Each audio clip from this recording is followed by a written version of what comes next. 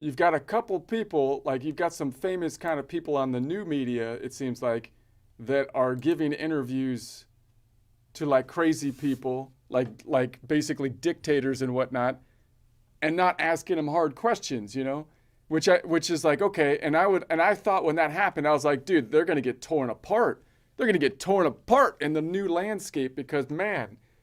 But no, then other people that were they didn't tear them apart. They basically are giving them an out. They're basically, it seems like they're doing the same thing that that the that the other that like we've been being gaslit for years, and now you're not like it like if you give an interview to like a basically a dictator, and you go into the interview and you like grovel on the floor, and then you'd lick the water out of a dog bowl, and beg for like potato shaving scraps that are dipped in vodka and whatnot, and then follow that up with like a TikTok tour of how beautiful the train station and like the grocery stores right across the street from the dictator's house or mansion or whatever. Like that's like if you were somebody else, like if you were like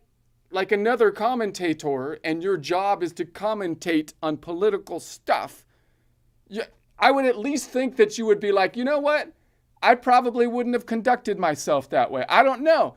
I probably I probably would have approached it different. Like if you have someone that's only claim to fame is that his most favorite heroes in all of history to pick the favorite heroes happen to be the pantheon of 20th century totalitarian dictators, then you would think if you're going to have him on the show, you have to ask him about that, right? Because it's like he's not there so that you can just like talk about cooking recipes and gardening and whatnot. That's not.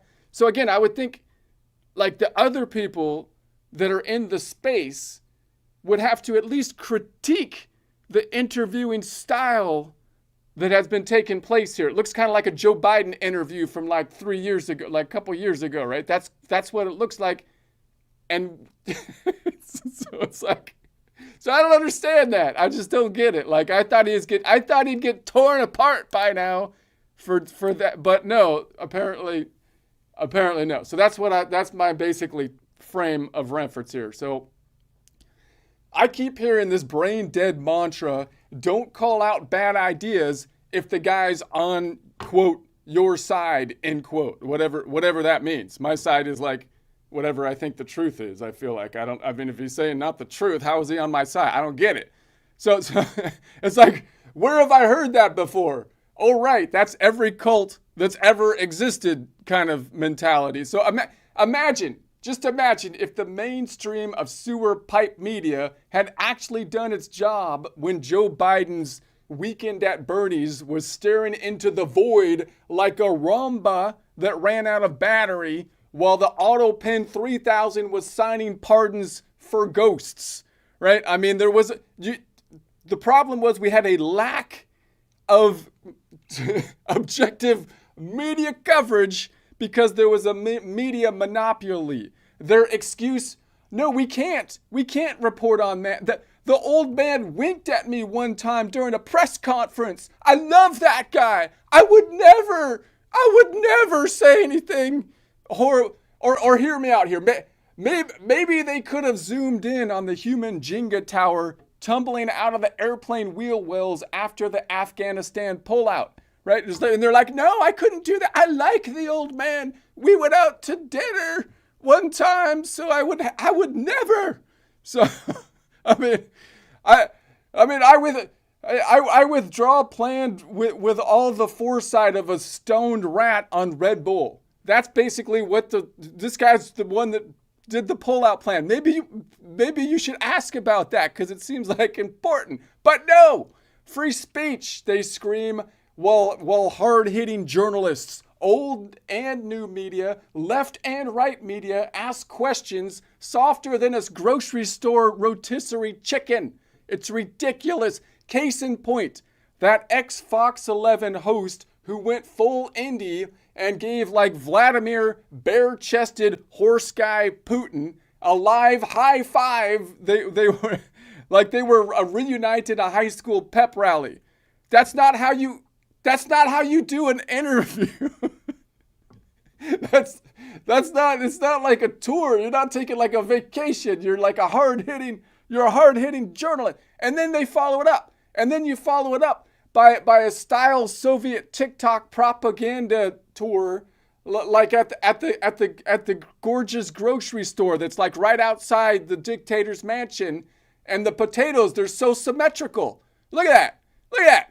It's beautiful. And then he goes to the train station. He's like chef's kiss, the train station right across the street from the dictator's mansion. It's beautiful in here. I don't know how, is the whole country like this? I'm not going to check it out, but I'm just going to say that I'm assuming the whole country's just like that. So it's like, I feel like the free speech warriors should be calling the BS alarm on that one. How is it, how is it there's no critique? There's no critique happening here. And I mean, you'll body slam Ted Cruz for breathing wrong, but when a guy's on your stream says, "I'm a Joseph Stalin stan," built those gulags like Legos, all of the people in history and his fans seem to be the totalitarian people. So you would ask about that instead of just nodding like a bobblehead in a hurricane and then moving on to gardening tips or something, right? No one, like, it's like the free speech isn't a a participation trophy, It's a cage match of ideas, not a safe space pillow fight. Ad hominem attacks. That's when you've got no ammo, so you scream, "Your face is stupid." Right? That's how you know someone's got no argument. But the reverse is also true. I mean, if you ignoring the elephant in the room because you like the elephant, that's intellectual cowardice with a side of friendship fries. It's not good. If your job is to tackle the big topics, swing the bat, whether the pitcher's your bro or your mortal enemy. That's how you play the game, people. You don't have to punch the person, but you gotta swing the pitch at the actual metaphorical ball, which is the topics of the day, right? You're supposed to negotiate the topics, right? Otherwise, the ball's gonna hit you in the face, it gives your career a black eye, and loses the big game for all of us. Letting someone hijack your goodwill to spew nonsense isn't loyalty. That's not loyalty. It's a platform malpractice. And letting them poach like Charlie Kirk's audience while saying stuff Charlie Kirk would choke on, that's not capturing the base. That's identity theft with an extra cringe, right? Call it out. Or the bad ideas win and they don't send thank you cards. That's my general take on it.